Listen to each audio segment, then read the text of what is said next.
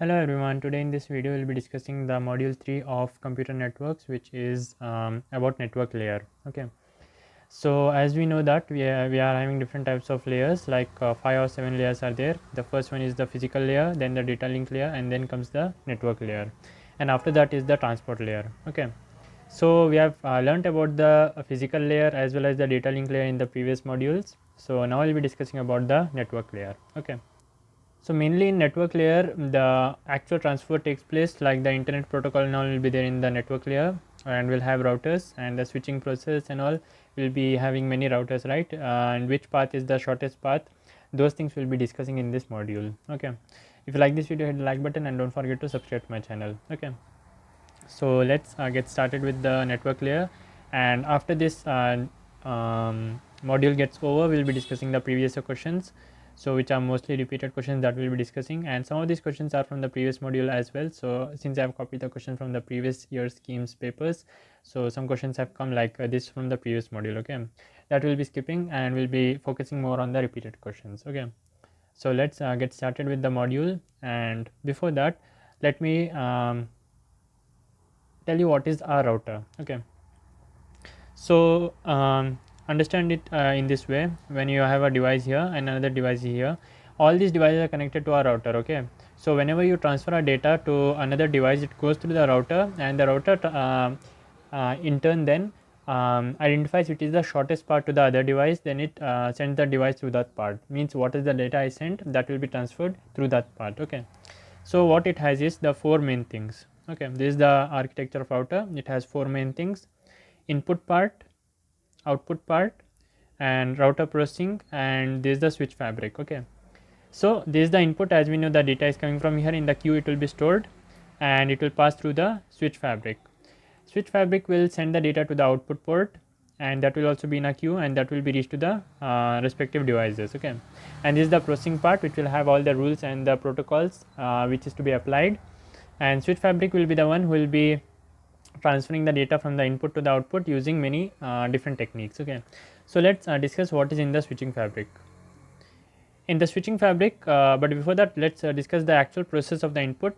First, the line termination will happen. That means all the input will come and that will be terminated after some time. So after that, the data link processing will happen. The link is established, and after that the formatting and the query and all will happen, and it is sent to the switch fabric. Okay, means just making the inputs ready for the actual transfer of the data. Okay, that is happening in the input processing. After that, when we reach the switch fabric, the switching happens. Okay, there are three types of switching. The first one is the memory switching, and second one is bus, and third one is crossbar. In memory switching, the memory will be here, and whatever input comes here, it will be passed through the memory to the output part. In the bus, there will be a bus instead of memory, and inside the crossbar we will have all the connections for all the inputs to the outputs. Okay, means this is the first input, second input, and third input, first output, second output, and third output. From which input you want to send to which output, that will be connected via many switches here. Okay, so this is what happening inside the switching fabric. It will be connected and the output will be sent. Okay, and moving on, we have the output processing. After we have sent the data through the switches, then the output port will have the same thing as the input protocols. So let's discuss what is happening in the output part. Here the queuing will happen, and then the data link processing will happen, and then the line termination. Just the same thing in the reverse form. Okay, then the data will be outputted. The next question is, where does queuing occur? It occurs both at the input and the output ports. Okay, because when we send the data, it is queued, and when we output the data, it is dequeued. Okay, so both the places the queuing happens. And what is the switches and the lines used? R switch and R line is used. Okay, and it uses a packet scheduler to choose which packet to be sent. For example, if there is a queue here, there will be many packets, right? So which packet to choose first to send, that will be determined by the packet scheduler. It will use some algorithms to calculate which packet should be chosen. Okay, some algorithms like active queue management and random early detection. Okay, and moving on, we have the internet protocol. Okay, internet protocol is the main protocol in the network layer. It will facilitate in packetizing, formatting, and delivering the packet at the network layer. Okay, and it is connectionless and unreliable protocol, and it does not provide the flow control or error control. Okay, So this is the network layer, which is in between the transport layer and the data link layer and the physical layer. Here we have three things which we will be discussing in detail. Okay. First is the routing protocols, then the IP protocol, then the ICMP protocol. These three are very important from exam point of view. Okay. So listen carefully. So IP has two important concepts. First one is internet addressing, and the second one is forwarding. Look, whenever you want to send someone something to someone, suppose that there is a gift here, you want to send it to your friend. What you will do is, first you will find out the address of the friend, right? Where is your friend living? That house address you will find out, and then you will be forwarding that gift. So there are two steps. First you will find out the address, then you will transfer it to through a medium, right? So similarly in the internet also, when you want to transfer the data from one part to another part, first we will get the address of the destination, okay, and then we will be using some channels to transfer the data, okay. So there are two types of address, IP address, which are IP version 4 and IP version 6, okay. The difference of IP version 4 and 6 is very important, so we will be discussing that about IP version 4 and 6. So basically in the IP there are three parts: IP protocol, and routing component, and the network layer, okay. So protocol is just the rules, and the routing component, it determines the path data should follow while going from the source to the destination, okay. Suppose that this is the source and this is the destination, there will be many paths, okay. Through different routers there will be many paths. So what does routing component do is, it will find out which is the path from the source to the destination which is the least cost, okay. That means which takes the least time and least financial expenses, okay. That path will be chosen and that will be sent through that path, okay. That is the job of routing component. And network layer is a facility to report the errors in a datagram, okay. If there are some errors happening in the datagram, that will be reported by the network layer, okay. Moving on, we have the IPv4 data format, and here you can see some columns and the rows which have different fields. We will be discussing now what are these fields. Among these, the main fields are, which I have written down, like payload. So the IPv4 is our data packet here. In that data packet, the main thing is payload, which is the actual data you want to transfer.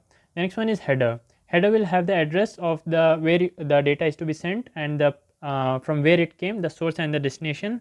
And version is which version, like 4 or 6. And flags is nothing but you will have fragment values, means there will be many flags used, right? Like it I'm not getting any example now, but I will be discussing that further, okay. Like it will be error mask bit or switching bit and all. Those are the things which will be determined by the flags, okay. And finally we have the protocols, means the rules to transfer the data, okay. If the data to be transferred is large and we cannot transfer it directly, then what we have to do is we have to divide the data into many different parts, okay. Each of this part is called the fragment. Then these fragments will be transferred in the network layer, okay. That is known as IP datagram fragmentation. Size of the packet is determined by the network data, and the data is divided into packets, okay, also called as fragments. Each fragment is routed independently, means once this is divided, at that time it's not necessary that all should go together. This can be gone through a different route and this can be through a different route, okay.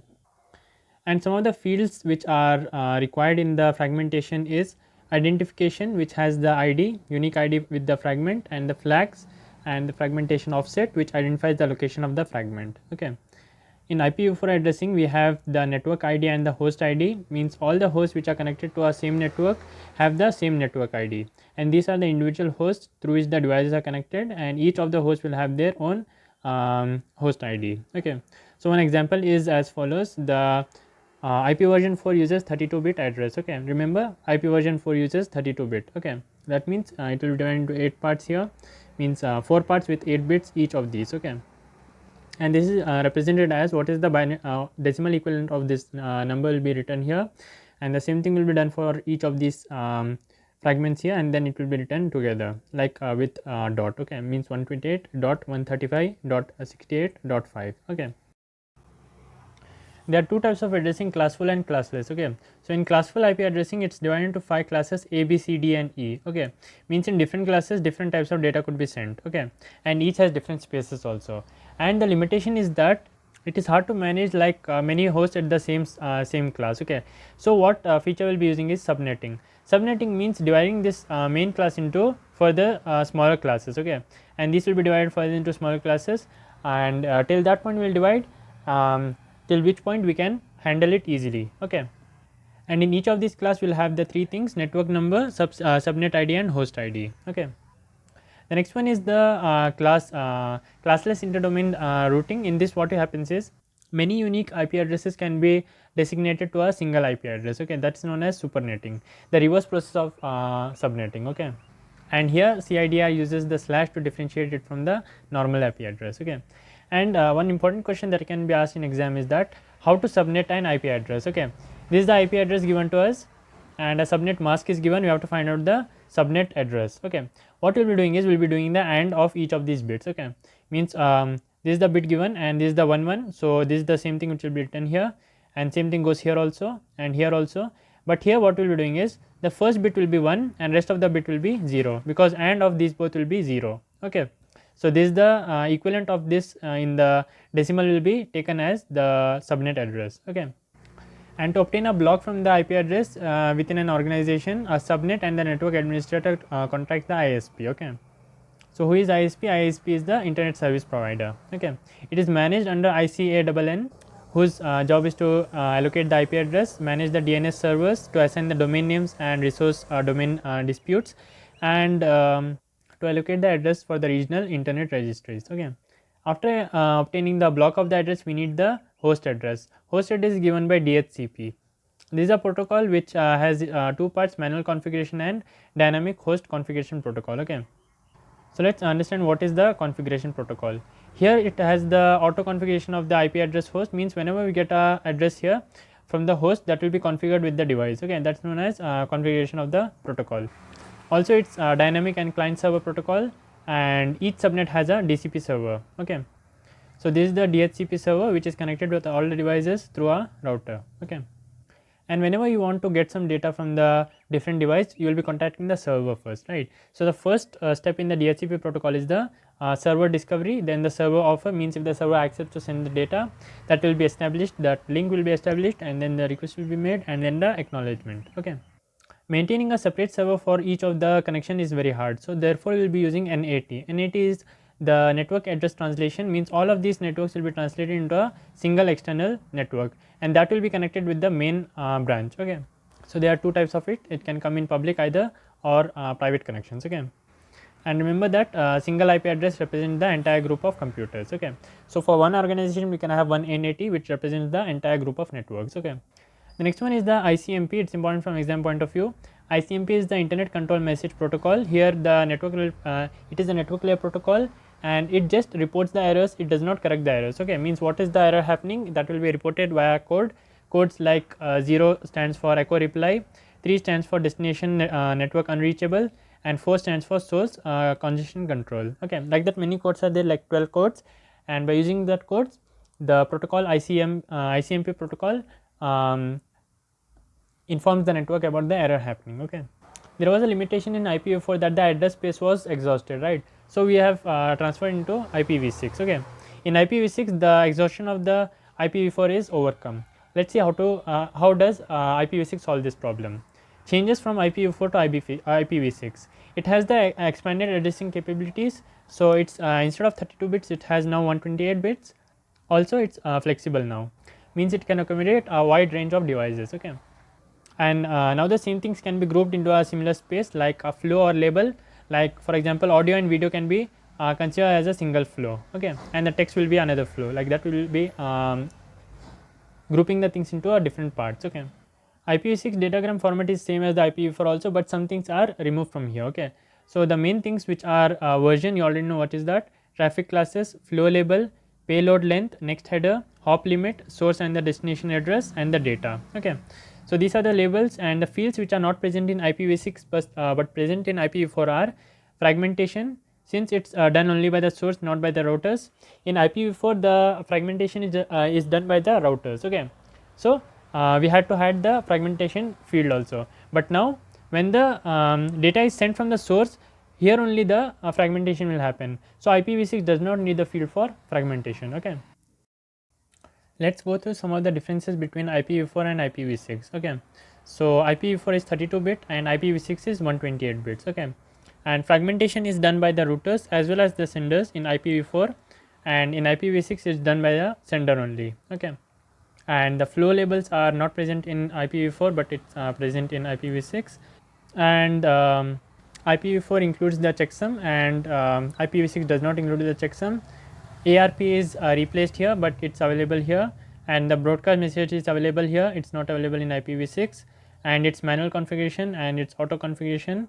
IP security is optional. IP security is required in IP version 6. Okay, so what is IP security? We'll be discussing now in the upcoming topic.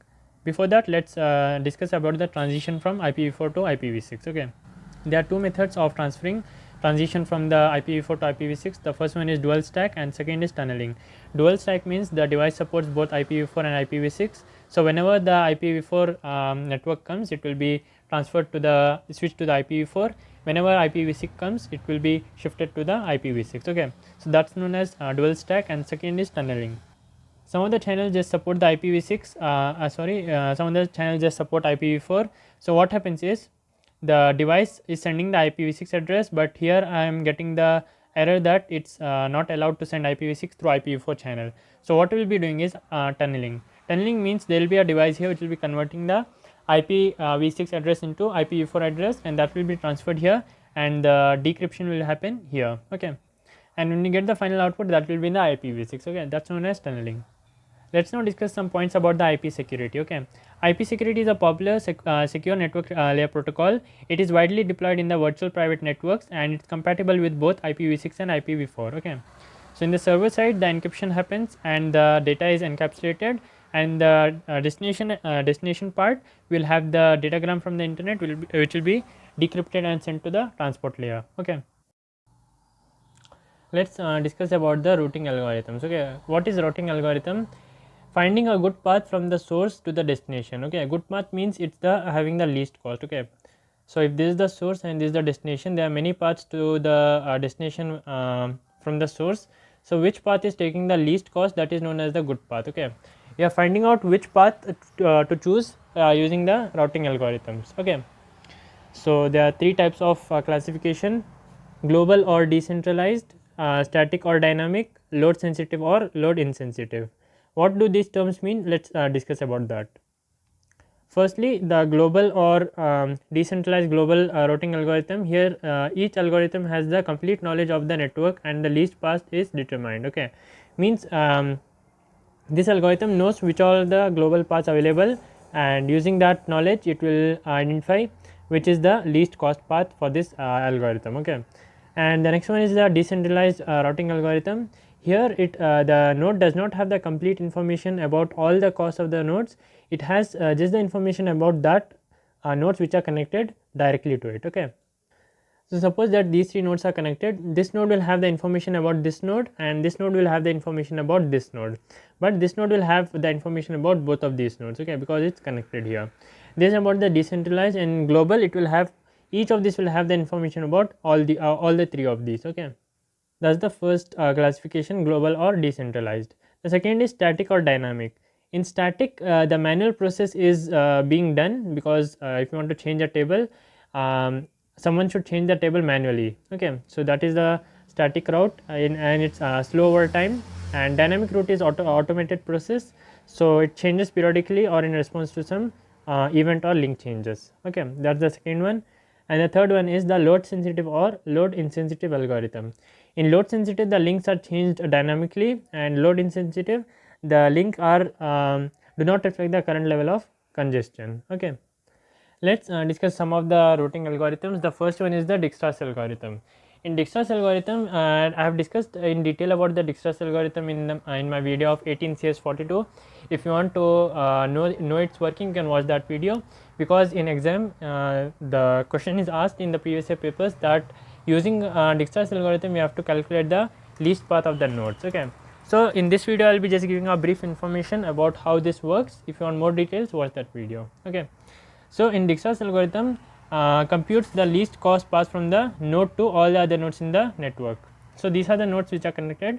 This is the source, this is the destination, and in Dijkstra's algorithm first we will calculate the cost from this node to all the other nodes. Okay, after that we will be calculating the cost of this node from all the other nodes. Okay, So like this, like this, like this, we'll be writing down. After that, whenever we encounter a new node, we'll be comparing till that node which was the least path. Means for this node there can be many paths, right? This is one path, this is one path, and this is one path. So among these three paths, which is the which is the least cost path, okay, that is determined by the Dijkstra's algorithm. That will determine, and the minimum cost will be selected. Okay, so that's the working of Dijkstra's algorithm. The next one is the Bellman-Ford algorithm, or distance vector algorithm. This also I have discussed in detail about in the 18CS42 video.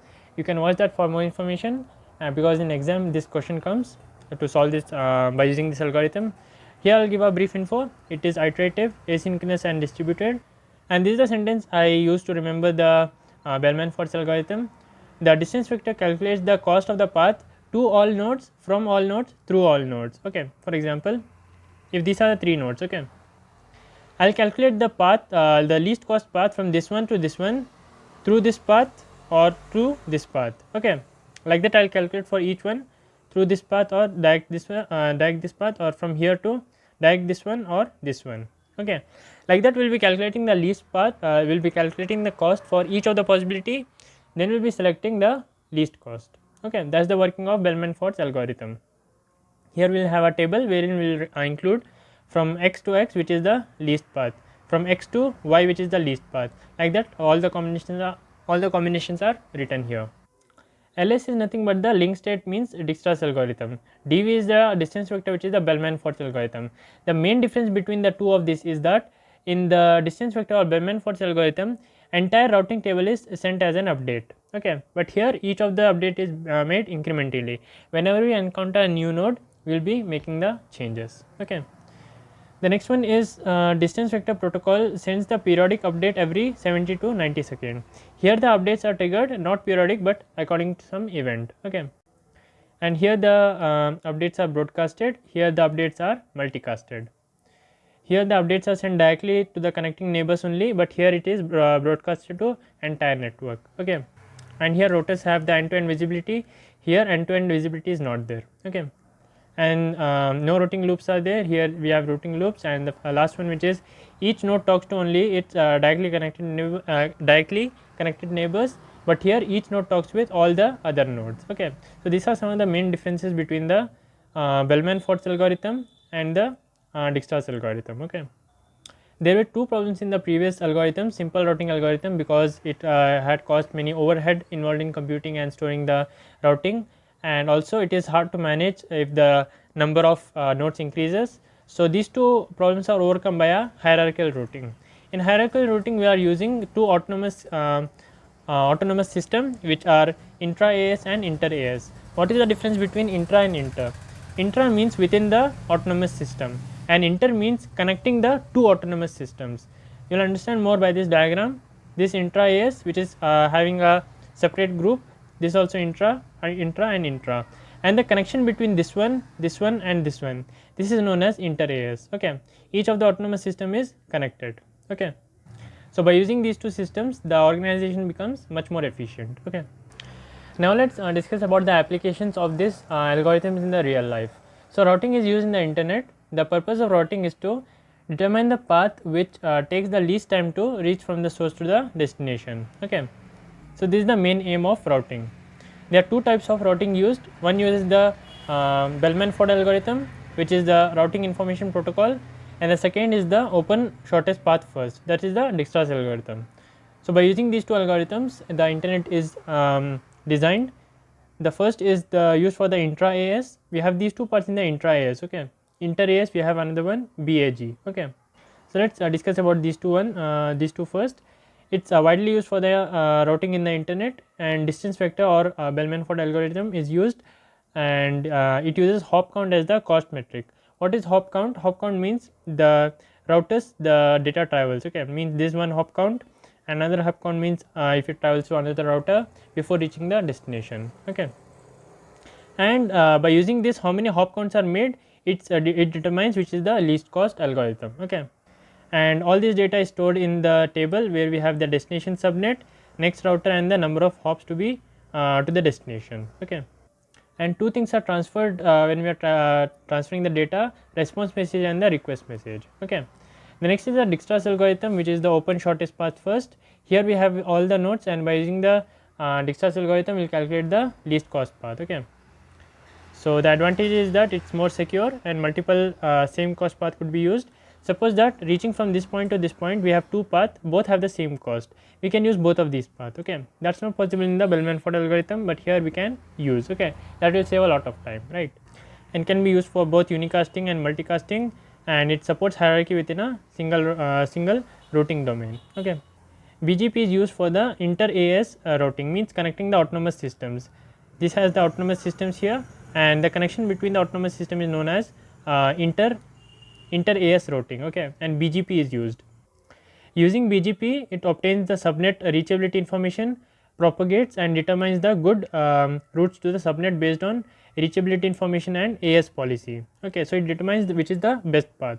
Okay, and there are two types of sessions: external BGP and internal BGP. Okay, and each of the autonomous system is determined by a globally unique ASN, which is the autonomous system number. Okay, and it has the prefix across the session, and the two attributes are AS path and next hop. What is AS path? What is next hop? Let's discuss about it. AS path is an attribute which is used to detect and prevent looping, and the routers also use it to choose among the multiple paths to the same prefix. Okay, and next hop is a link between the inter-AS and the intra-AS routing protocols. Okay, it is also a gateway for the router to accept or filter the route when it's sent to the different routes. Okay, if two or more routes have the same prefix, what is to be done? The following elimination rules are used. The first rule is that the route with the shortest AS path is selected. If both have the same AS path, then the closest next hop router is selected. Okay, and also if the this does not work, at that time we will go for BGP identifier. Okay, to select which route. This is an example here for the routing policy. A, B and C are the provider networks, and W, X and Y are customer networks. Okay, so what happens is, whenever traffic enters through X, X must be the source or the destination, or if it is leaving or entering the X. Okay, and there are no determined rules like what is to be followed in the routing policy. It is determined according to the organization. Okay, that is the routing policy. What's the main difference between broadcasting and multicasting? Broadcast routing means sending a message from the source to the node, source node to the all the other nodes. That's known as broadcasting. Okay, if we use the different techniques, like the first one is n-way unicast. N-way unicast means n copies of the main data is generated, and those are sent to all the other nodes. Okay, that is known as n-way unicast. And uncontrolled flooding means we are sending the messages to all the nodes, and whichever nodes want to receive that, means suppose that there are 5 nodes A, B, C and D. Okay, and we are sending from E. The message is to be sent to C. Okay, and in uncontrolled flooding, what we will do, we will send the message to all of these nodes, and whichever node wants to receive it, means in this case C, that will be received, and rest will discard it. Okay, that is known as uncontrolled flooding. And in controlled flooding, we will have the sequence number, so the data will be sent to that particular node only. Okay, and in spanning tree broadcast, we will have the minimum spanning tree, by using which we will determine the path using which we have to send the data. Okay, there are two types in that: the center based approach. In this, the data is sent to a middle node, which will be transferring the data to the destination. Okay, and multicasting means its packet is delivered only to a subset of the network nodes. Okay, so a particular subset is chosen to which the nodes are sent, and that subset will transfer the data to the other nodes. Okay, that is known as multicasting. So as you can see here, there is the main node here. All the other nodes will transfer the data to the main node, and the main node will multicast to the whichever node it is it has to broadcast to. Okay, and the protocols used in the multicasting are IGMP, which is the Internet Group Management Protocol, also multicast routing protocol. Using this, the data is transferred efficiently. The methods for building the multicast routing tree are single group shared tree and source specific routing tree. Single group shared tree is used to distribute the traffic for all the senders in the group. Okay, so each will get a equal bandwidth, okay, to send the data. And in source specific tree, it's constructed for each individual sender in the group. Okay, and the three main protocols used are distance vector multicast routing protocol, protocol independent multicast, and the source specific multicast. Okay, so this is all about the module 3 of 18 CS52. Let's go through the previous questions. Okay, The first question is list and explain the 3 switching techniques with a neat diagram. This is from the previous module, so I can go to the second one. This is also from the previous module. The third one is about the link state and the distance vector. This is about the link state means Dijkstra's algorithm, and distance vector is the Bellman-Ford algorithm, that you have to write the algorithm. Okay. Write a short note on broadcast and multicast routing, that we have discussed. Define routing, what are the goals of routing algorithm, this also discussed. And the sixth one is a host in the organization has an IP address, this one, and the subnet address mask as this one, that we have discussed, right. This one I had written here in the IPv4. I have written a IP address here and the mask was written, and we did AND operation between both of these. The same thing we have to do for these two numbers. Okay. And after that, the number which will obtain is nothing but the subnet address. Okay. Next is about the explanation of the IPv6 address. It's very important. See, it's repeated 5 times. And the next one is DSPF. DSPF means data link shortest path first, which is an alternate name for OSPF. We have discussed that in the intra-AS algorithms, right. So that we have to discuss, that we have to explain here. And this is the question which I was talking about. By using Dijkstra's algorithm, we have to calculate the shortest path from the node 1. Okay. So for the Dijkstra's algorithm, refer to my video of 18CS42. In that I have explained how to perform the Dijkstra's algorithm. Okay. The next one is explain routing information protocol. It's discussed, and spanning tree is also discussed. Message types used in IGMP, it's also discussed. Fragmentation, router architecture. This is the Bellman-Ford algorithm. The same thing we have to do for the, as we did for Dijkstra's algorithm, we have to do for Bellman-Ford algorithm. But comparatively, Dijkstra's algorithm is more important, okay, because it's repeated 3 times, and this just one time. Okay. And finally, the question is about the path attributes in BGP. Okay, this also we had discussed. Okay, so this is all about the module 3 of 18CS52, and thank you for watching. I'll see you in the next one.